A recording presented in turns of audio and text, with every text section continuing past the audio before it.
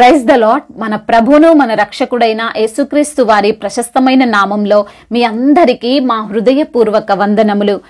ఈరోజు దేవుని వాక్యము, యెహోవా నా పక్షమునున్నాడు, నేను భయపడను, నరులు నాకేమి చేయగలరు. కీర్తనల గ్రంథము 118వ కీర్తన 6వ చరణం.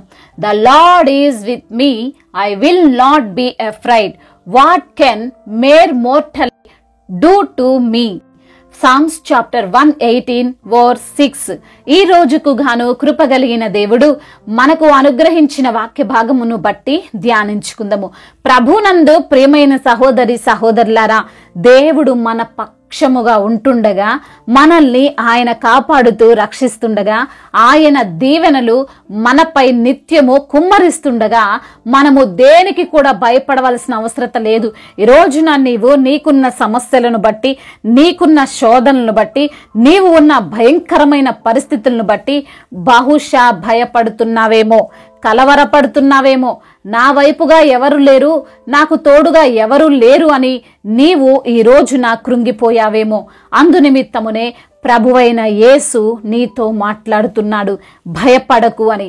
ఆయనే నీ పక్షంగా ఉన్నాడు అని మనకు చాలా సుస్పష్టంగా తెలియజేస్తున్నాడు. మీకు తెలుసా, ఈ లోకంలో అన్నిటికంటే భయంకరమైన జీవి ఏదో బహుశా మీరు ఆలోచిస్తుండొచ్చు. ఏ పామో, ఏ సింహమో, మరి ఇంకేదైనా అడవి జంతువో అని. కానీ కాదండి, మనిషే అన్నిటికంటే, ఈ సృష్టిలో నివసిస్తున్న అన్నిటికంటే హానికరమైన జీవి. ఎందుకు నేను ఈ మాట అంటున్నానంటే, ఈ భూమిపైన ఏ జంతువైనా, ఏ ప్రాణి అయినా, అది భూమిపై ఉన్న, ఆకాశంలో ఉన్నదైనా, నీటిలో ఉన్నదైనా, ఏదైనా సరే ఇంకొక దానికి ఒక కారణం లేకుండా హాని చెయ్యవు. మన ద్వారా ఏదైనా దానికి ప్రమాదం అనిపిస్తేనే కానీ హాని చేస్తాయి కదండి. అడవిలోకి వెళ్ళి మనము దేనినైనా వేటాడుతుంటే అది మనకు హాని చేయడానికి ప్రయత్నిస్తుంది, అంతేగాని పనిగట్టుకొని మన ఇంటికొచ్చి మనల్నైతే బాధ పెట్టదు కదండి. కానీ మనిషి మనకు ఏ కారణం లేకుండా హాని చేయడానికి ప్రయత్నిస్తూనే ఉంటాడు. అందరూ అలానే ఉంటారు అని కాదు, కానీ చాలా మట్టుకైతే మనము ఎదుటి వ్యక్తిని ఏమి అనకపోయినా మన యొక్క ఎదుగుదలను బట్టో, మనకున్న భక్తిని బట్టో, మనకున్న జాబును బట్టో, మన కుటుంబాన్ని బట్టో ఏదో ఒక రకంగా అసూయతో హాని చేసేవారు ఈ రోజున లోకంలో అనేకులు ఉన్నారు కదండి. అందుకే కీర్తనకారుడు అంటున్నాడు, నేను భయపడను, ఈ నరులు నాకేం చేయగలరు. ఈ రోజున నీ పక్షముగా దేవుడు ఉన్నాడు అనే విషయాన్ని నీవు గ్రహించాలి. ఆయన నీతో, నీ పక్షంగా ఉన్నాడు అని తెలుసుకోవాలి. అప్పుడే నీవు ధైర్యముగా జీవించగలుగుతావు. నెబుకద్నెజరు ఒక విగ్రహాన్ని పెట్టించి అందరూ దానికే మొక్కాలి అని చెప్పినప్పుడు ఆ దేశ జనులంతా కూడా ఆ విగ్రహము ముందు మోకరించి ప్రార్థనలు చేస్తున్నారు. కానీ షడ్రకు, మేషకు, అబేద్నెగోలు అను ఈ ముగ్గురు యవ్వనస్తులు మాత్రం మొక్కడానికి ఇష్టపడలేదు. ఎందుకో తెలుసా? దేవుడు ఆజ్ఞ ఇచ్చాడు కదా, ఆయనకు తప్ప ఈ సృష్టిలో దేనికి మొక్కొద్దు అని. ఆ మాటను బట్టి వారు ఏ విగ్రహం ముందు సాగిల పడదలుచుకోలేదు. దాని వలన వారికి అపాయం అని తెలుసు, మంటల్లో వేసి కాల్చివేసి చంపేస్తారని తెలుసు. అయినా సరే వారు సాగిల పడము అంటే సాగిల పడమని అన్నారు.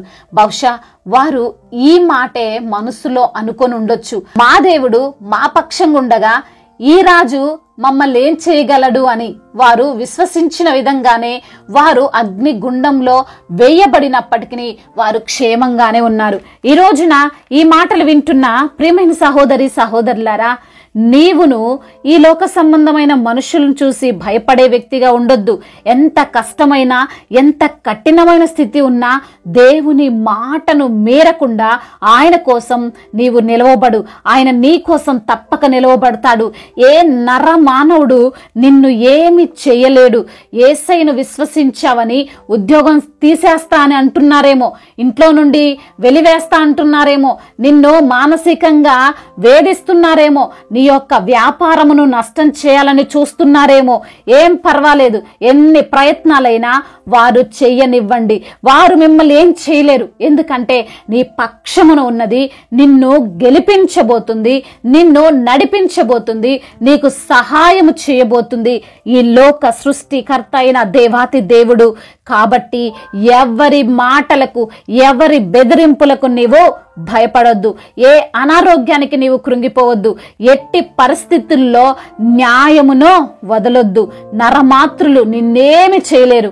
యేసయ్య అన్ని విషయాల్లో నిన్ను రక్షిస్తూనే ఉంటాడు.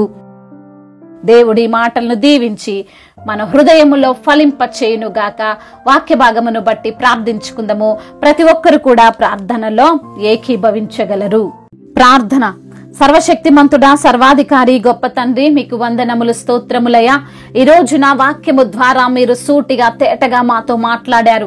దేవా, మీరే మా పక్షంగా ఉంటుండగా, మీరే మమ్మల్ని కాపాడి రక్షిస్తుండగా, మీ యొక్క దీవెనలు నిత్యము మాపై కుమ్మరిస్తుండగా, మరి మేము దేనికి కూడా భయపడవలసిన అవసరము లేదని, మరి ఏ సమస్యను బట్టి, ఏ శోధనలు బట్టి, ఏ భయంకరమైన పరిస్థితులను బట్టి మేము భయపడకుండా ఉండాలని ప్రభువా, మీరు మా పక్షంగా ఉన్నారు, మీరు మాకు తోడుగా ఉన్నారని తండ్రి ఈ రోజున వాక్యము ద్వారా మీరు మాతో మాట్లాడారు. మమ్మల్ని ఎంతగానో ధైర్యపరిచారు, బలపరిచారు.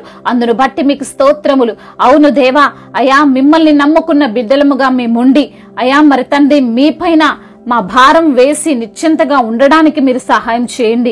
అవునయ్యా, మిమ్మల్ని విశ్వసిస్తున్న మా జీవితాల్లో వచ్చే ప్రతి ఒక్క కష్టమును, ప్రతి ఒక్క ఇబ్బందును అన్నిటినీ మేము ఎదుర్కొని ప్రభా అయ్యా మీరు మాకు తోడుగా ఉన్నారన్న ధైర్యంతో మేము ఉండాలని తండ్రి ఈ రోజున వాక్యము ద్వారా మీరు మాతో మాట్లాడి మమ్మల్ని ధైర్యపరిచి, బలపరిచి, ఆదరించి, ప్రోత్సహించిన మీ అమూల్యమైన మాటలను బట్టి, వాక్యాన్ని బట్టి మీకు స్తోత్రాలయ్యా.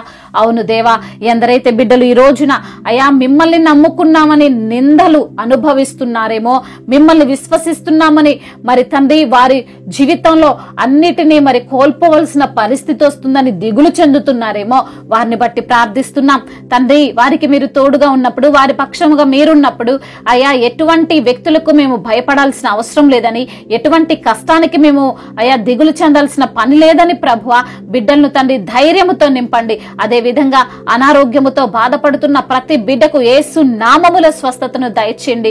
అవును ప్రభా, బిడ్డలు విశ్వసిస్తుండగా అద్భుత కార్యాన్ని మీరు దయచేయండి. నమ్ముట నీ వలనైతే నమ్మువానికి సమస్తము సాధ్యమే అంటున్నారు ప్రభా. బిడ్డలకున్న ప్రతి ఒక్క అనారోగ్య సమస్యను యేసు నామములో కొట్టివేయండి.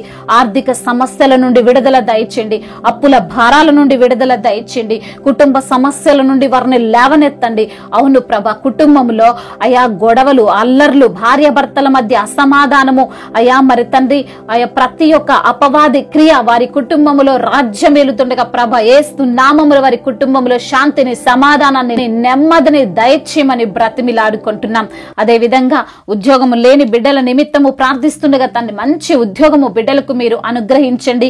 ఉద్యోగం చేస్తూ ఏమైనా ఆటంకాలతో ఆ బిడ్డల ఉద్యోగం ఉన్నట్లయితే అధికారుల హృదయాలు మార్చండి. వారికి సమాధానముగా ఆ యొక్క ఉద్యోగమును ఉంచమని బ్రతిమిలాడుకుంటున్నాం. అదే విధంగా వివాహాల విషయంలో మీకు మొరపెడుతున్నాం. వివాహం అన్ని విషయాల్లో ఘనమైనది అంటున్నారు ప్రభా, మీరే సహాయం చేయమని బ్రతిమిలాడుకుంటున్నాం. అయా మరి బిడ్డల వివాహము మీ చిత్త ప్రకారంగా జరుగునట్లుగా సహాయము దయచేయండి. అదే విధంగా చిన్న బిడ్డలందరినీ మీరు కాచి కాపాడండి. యవన బిడ్డలందరికీ మీరు తోడుగా ఉండండి. వృద్ధులను మీరు బలపరచండి, బలహీనులను మీరు బలపరచండి, అనాథలను మీరు ఆదుకొనండి. అయా తల్లిదండ్రి లేని వారి పక్షమున మీరు న్యాయమును తీర్చండి. విధవరాల పక్షాన మీరు న్యాయమును తీర్చండి. వారికున్న ప్రతి అవసరతను, అక్కరను తండ్రి మీ యొక్క మహిమైశ్వర్యంలో తీర్చమని బ్రతిమిలాడుకుంటున్నాం తండ్రి. అదే విధంగా వ్యాపారంలో నష్టపోయినటువంటి బిడ్డలను తండ్రి మీరు జ్ఞాపకం చేసుకొని అయా వారి నష్టాన్నంతటిని లాభకరంగా మార్చమని బ్రతిమిలాడుకుంటున్నాం.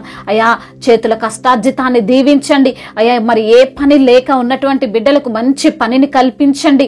అదే విధంగా కోర్టు సమస్యలు, ల్యాండ్ సమస్యలు అన్నిటి నుంచి కూడా విడుదలను అనుగ్రహించమని వేడుకుంటున్నాం.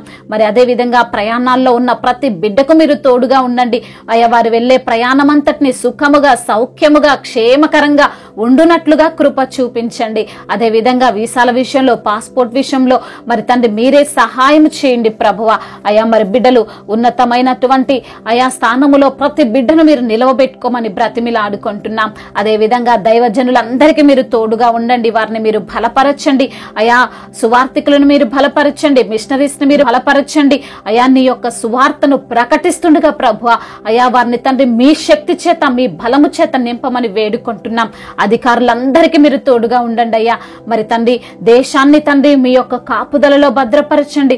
మీ యొక్క కనికర హస్తము మా భారతదేశము పైన ఉండునట్లుగా సహాయం చేయండి అయా. ఎటువంటి గొడవలు, అల్లర్లు ఏవి లేకుండా సమాధాన దేశముగా మా భారతదేశమును నిలవబెట్టమని బ్రతిమిలాడుకుంటూ అయా ఇంకా చెప్పుకోలేనటువంటి బాధతో, విరిగి నలిగిన హృదయముతో, దుఃఖముతో ఉన్నటువంటి హృదయమును తండ్రి సంతోషముతో నింపమని అయా, సమాధానముతో నింపమని వేడుకుంటూ తండ్రి ఇంతవరకు చేసిన ప్రార్థన అంతటిని మీ పాద సన్నిధిన చేర్చుకోమని మా నాథుడు, సర్వశక్తిమంతుడు, సజీవుడైన యేసుక్రీస్తు వారి బలమైన నామంలో ఈ ప్రార్థనను అడిగి వేడుకొని పొందుకొని ఉన్నాము మా ప్రియ పరలోకపు తండ్రి.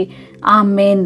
ఈ రోజు పెళ్లి రోజు మరియు పుట్టినరోజు జరుపుకున్న వారందరినీ దేవుడు దీవించి సకల మేలులతో, సకల ఆశీర్వాదములతో, కృపాక్షేమములతో, శాంతి సమాధానముతో దేవుడు మిమ్మల్ని నింపునుగాక.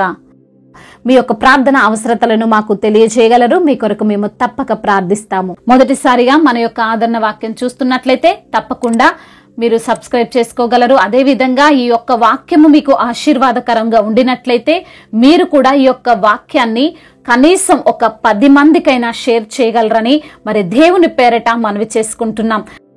May God bless you all. దేవుడు మిమ్మల్ని దీవించి బలపరచునుగాక.